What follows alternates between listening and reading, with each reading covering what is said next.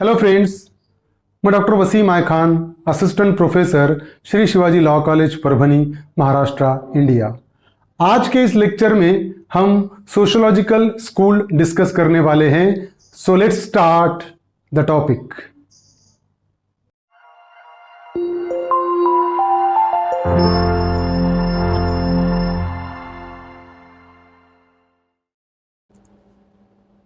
Sociological school of criminology आज के इस लेक्चर में हम डिस्कस करेंगे।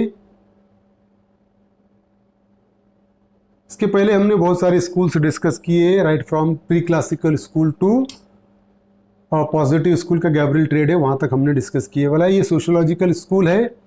The social school focused on the social factor as the only origin of crime. According to this theory the crime is a definite result of the social factor alone. Sociological school ने यह कहा कि सिर्फ और सिर्फ crime के पीछे social factor एक अकेला रीजन है जो कि बहुत इंपॉर्टेंट रोल प्ले करता है। मतलब पर्सन क्राइम करता है तो इसका मतलब कहीं ना कहीं उसके पीछे सोसाइटी ही रिस्पॉन्सिबल है। तो सोशल स्कूल ने सोसाइटी पे बहुत ज्यादा फोकस किया as a cause of crime, कि यहीं से सोशल फैक्टर ही रिस्पॉन्सिबल है पर्सन के क्रिमिनल बिहेवियर के पीछे। Social school thinkers are Colajanni, Donald Taft and Edwin Sutherland. जो सोशियोलॉजिकल स्कूल को सपोर्ट करने वाले जो थिंकर्स थे वो था एडविन सदरलैंड, डोनाल्ड टैफ्ट और कोलियानी। एक वन बाय वन अपन तीनों के डिस्कस करेंगे। कोलियानी थ्योरी क्या थी? कोलियानी की थ्योरी ये थी कि in his point of view even the personal psychological factors of crime is a result of the social condition which surrounded the life of the criminal, especially from the economic perspective. तो कोलियानी ने कोशिश करा कि जो psychological factor है, personal और psychological factor है जो क्राइम के पीछे की, वो भी कहीं ना कहीं कनेक्ट करते हैं सोशल कंडीशन से। ऐसा कोलियानी का मानना था कि जिस एटमॉस्फेयर में पर्सन रह रहा है, जिस सराउंडिंग में पर्सन रह रहा है, तो उसकी जो सिचुएशन में, जिस सिचुएशन में वो रह रहा है, जिस सोशल कंडीशन में वो रह रहा है, उसी से वो साइकोलॉजिकली डिस्टर्ब होता है, वो उसकी पर्सनालिटी उसी से अफेक्ट होती है और उसी वजह से वो पर्सन ऑफेंस करता है। जैसा कि इकोनॉमिक पर्सपेक्टिव को उसने ज्यादा फोकस करने की कोशिश किया है कोलियानी ने, और उसका मानना यह है कि अगर किसी पर्सन की इकोनॉमिक कंडीशन डाउन है तो उसके पीछे भी कहीं ना कहीं सोशल फैक्टर ही रिस्पॉन्सिबल है। और किसी पर्सन की इकोनॉमिक कंडीशन अगर खराब होगी तो वो साइकोलॉजिकली डिस्टर्ब होगा, और साइकोलॉजिकली डिस्टर्ब रहेगा तो हो सकता है कि वो क्राइम करे। तो कहीं ना कहीं उसके क्राइम करने के पीछे का रीजन सोशल कंडीशन को ही बताया कोलियानी ने, and that's why sociological school है ये। Criminal can be corrected by the elimination of the bad material condition which surround his life. अगर हमको क्रिमिनल को सुधारना है, उसको करेक्ट करना है, तो हमको क्या करना पड़ेगा कि जो सोशल कंडीशन है, जिसके सराउंडिंग में, सपोज जो पर्सन है उसके सराउंडिंग जो सोशल कंडीशन है, जो मटेरियल कंडीशन है जिसमें वो रह रहा है, जिस सोसाइटी में वो रह रहा है, तो उस कंडीशन को हमको क्या करना पड़ेगा? बैड मटेरियल कंडीशन को हमको एलिमिनेट करना पड़ेगा, रिमूव करना पड़ेगा। जो जो फैक्टर्स है, जो जो रीजन है पर्सन को क्राइम करने पर मजबूर कर रहे हैं, वो रीजन को अगर हम इरेडिकेट करेंगे, उसको रिमूव करेंगे, तो पर्सन को हम करेक्ट कर सकते। मतलब सोशल कंडीशन के वजह से ही पर्सन क्राइम करता है, ये मानना है कोलियानी का। डोनाल्ड टैफ्ट की थ्योरी क्या थी? देखिए, डोनाल्ड टैफ्ट का मानना यह था कि Donald Taft was an American criminologist. He wrote his book on criminology in 1945 and published it in New York. तो ये अमेरिकन क्रिमिनोलॉजिस्ट था, उसने बुक लिखा क्रिमिनोलॉजी पे और पब्लिश किया न्यूयॉर्क में। In Donald Taft point of view the criminal is produced by the society itself and that heredity is not a part of in the genesis of crime. देखिए, ये strong belief था Donald Taft का कि criminal is produced by the society itself. तो criminal क्या है? Society का ही production है, मतलब सोसाइटी ही कहीं ना कहीं क्रिमिनल को प्रोड्यूस करती है। दूसरा, हेरिडिटी क्राइम, क्रिमिनल बिहेवियर के पीछे कोई इंपॉर्टेंट रोल प्ले नहीं करती है, ऐसा डोनाल्ड टैफ्ट का मानना है। मतलब सोसाइटी ही कहीं ना कहीं रिस्पॉन्सिबल है पर्सन को क्रिमिनल बनाने में। The person looks like a raw material that is shaped by his life since his birth, and the delinquency is a result of the corrupted environment which he was born and grew, namely to the social factor alone. Donald Taft का मानना यह था कि जब बच्चा पैदा होता है तो एज अ रॉ मटेरियल होता है, और वो शेप कहां पाता है, पैदा होने से बड़ा कहां होता है, वो सोसाइटी में होता है, और कहीं ना कहीं वो सोसाइटी का जो करप्ट इन्वायरमेंट होता है वो पर्सन को डेलिंक्वेंट बनाता है, वो पर्सन को क्रिमिनल बनाता है.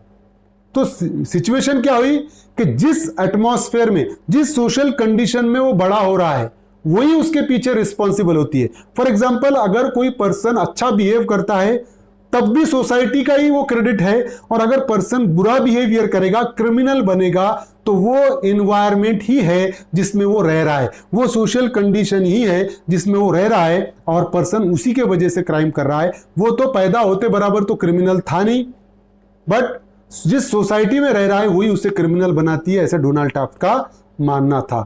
सदरलैंड की थ्योरी क्या थी देखिए. अब सदरलैंड की थ्योरी ये थी कि in Sutherland's point of view, the criminal learned the criminal aspects from a certain social group. Sutherland का मानना यह था कि जो क्रिमिनल बिहेवियर है वो सीखा जाता है. कहां से सीखते? From a certain social group. कुछ सोशल ग्रुप है जहां से क्रिमिनल अपना क्रिमिनल बिहेवियर लर्न करता है, वो सीखता है. अब देखिए, the elements of Sutherland theory are summarised in 9 prepositions. जो सदरलैंड की थ्योरी थी वो उसके एलिमेंट्स 9 प्रीपोजिशंस है उसमें समराइज किए वाले हैं. वन बाय वन सारे 9 प्रीपोजिशन अपन डिस्कस करेंगे. पहला है क्रिमिनल बिहेवियर इज लर्न. मतलब सीधा सीधा ये जो थ्योरी है सदरलैंड की, ये जो पॉइंट है, ये सीजर लोम्ब्रोसो की थ्योरी को 100% अगेंस्ट करता है. सीजर लोम्ब्रोसो ने कहा था बॉर्न क्रिमिनल, और ये कह रहा है कि नहीं, criminal behaviour is learn. Criminal behaviour सीखा जाता है. पैदा क्रिमिनल नहीं होता कोई भी, बल्कि वो क्रिमिनल बिहेवियर को सीखता है, वो सीखता है क्राइम करना. Second point, criminal behaviour is learn in interaction with other person in a process of communication. कैसा सीखा जाता है criminal behaviour? In interaction with other person in process of communication, कि दूसरों से इंटरैक्ट करके, कम्युनिकेट करके, एक दूसरे से बात करने के दौरान ही पर्सन क्रिमिनल बिहेवियर को सीखता है. ऐसे पर्सन से कम्युनिकेशन उसका ज्यादा बढ़ेगा जो क्रिमिनल है, तो वो कम्युनिकेशन के थ्रू ही वो क्रिमिनल बिहेवियर सीखेगा, ऐसा एडविन सदरलैंड का मानना है. The principal part of the learning of criminal behaviours occur within intimate personal groups. ये जो लर्निंग ऑफ क्रिमिनल बिहेवियर कहां होता है? ये ग्रुप्स में होता है. जब एक आधा नॉर्मल पर्सन किसी क्रिमिनल ग्रुप का पार्ट बनता है तो उनसे इंटरेक्शन करते हुए वो क्रिमिनल बिहेवियर को सीखता है.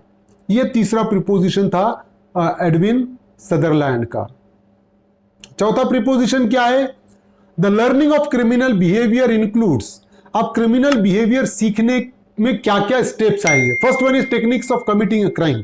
वो क्या सीखता है कि क्राइम करने की टेक्निक सीखता है, किस तरीके से क्राइम करना है. फॉर एग्जांपल, चोरी करना है तो चोरी किस तरीके से करना है, उसके टेक्निक्स क्या क्या है, वो सीखता है. फिर the specific direction of motive, drives, rationalisation and attitudes. Criminal सीखता है मोटिव, कि क्या मोटिव होना चाहिए क्राइम करने के पीछे का, उसका अप्रोच, उसका एटीट्यूड कैसा होना चाहिए क्राइम करने में. ये सारी चीजें वो सीखता है, बाय बर्थ उसको नहीं आती है. एडविन सदरलैंड का मानना है कि सोसाइटी में जो लोग होते हैं, जो कुछ ग्रुप होते हैं क्रिमिनल ग्रुप, वही उस पर्सन को सिखाते हैं सारी ये चीजें. Techniques of committing a crime, motive कैसा होना चाहिए, आपका ड्राइव कैसा होना चाहिए, आपका एटीट्यूड कैसा होना चाहिए क्राइम करते वक्त, ये सारी चीजें उसको सिखाई जाती है. Next one is the specific direction of motive, drives etcetera is learn from definition of the legal codes as favourable और अनफेवरेबल. ये जो स्पेसिफिक डायरेक्शन ऑफ मोटिव्स और ड्राइव्स कि ऑफेंस किस तरीके से किया जाना चाहिए, वो कहां से सीखता है?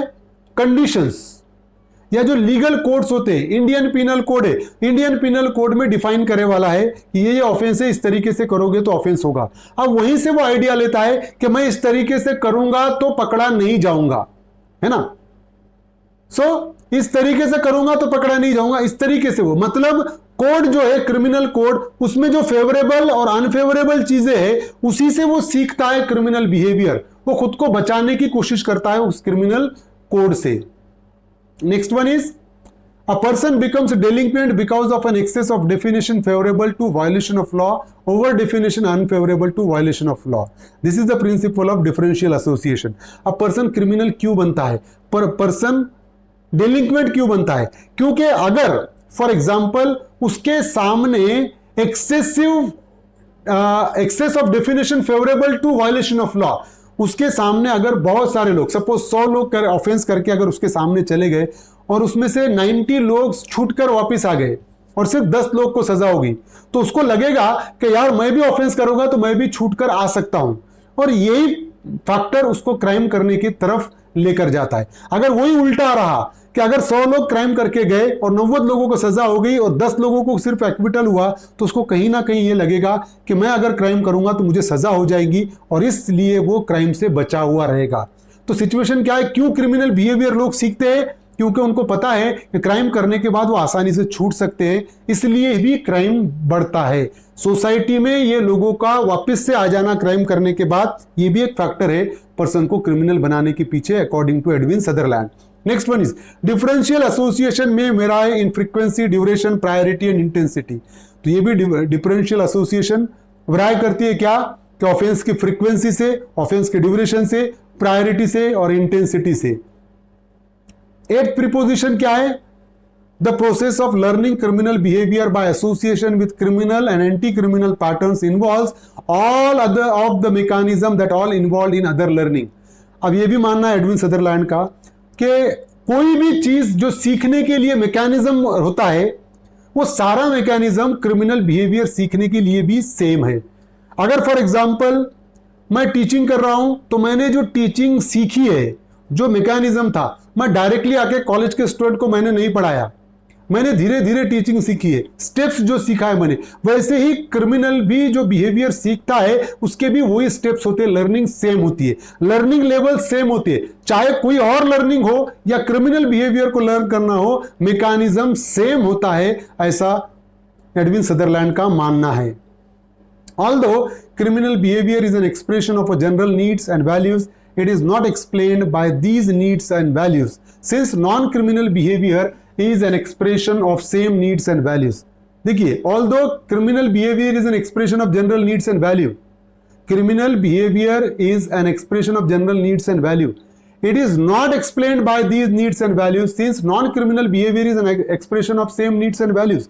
अगर इसने लास्ट में ये भी कहा कि हम क्रिमिनल बिहेवियर और नॉन क्रिमिनल बिहेवियर को सेम नीड्स और वैल्यू पे तोल नहीं सकते, क्योंकि उसका बोलना ऐसा है कि एक ही सोसाइटी में 2 पर्सन रह रहे हैं, एक अच्छे वैल्यूज है और एक बुरे वैल्यूज है, तो 100% हम सोसाइटी को वहां पर रिस्पॉन्सिबल नहीं ठहरा सकते, but most of the cases में सोसाइटी रिस्पॉन्सिबल होती है क्राइम करने के पीछे, ऐसा एडविन सदरलैंड का मानना है।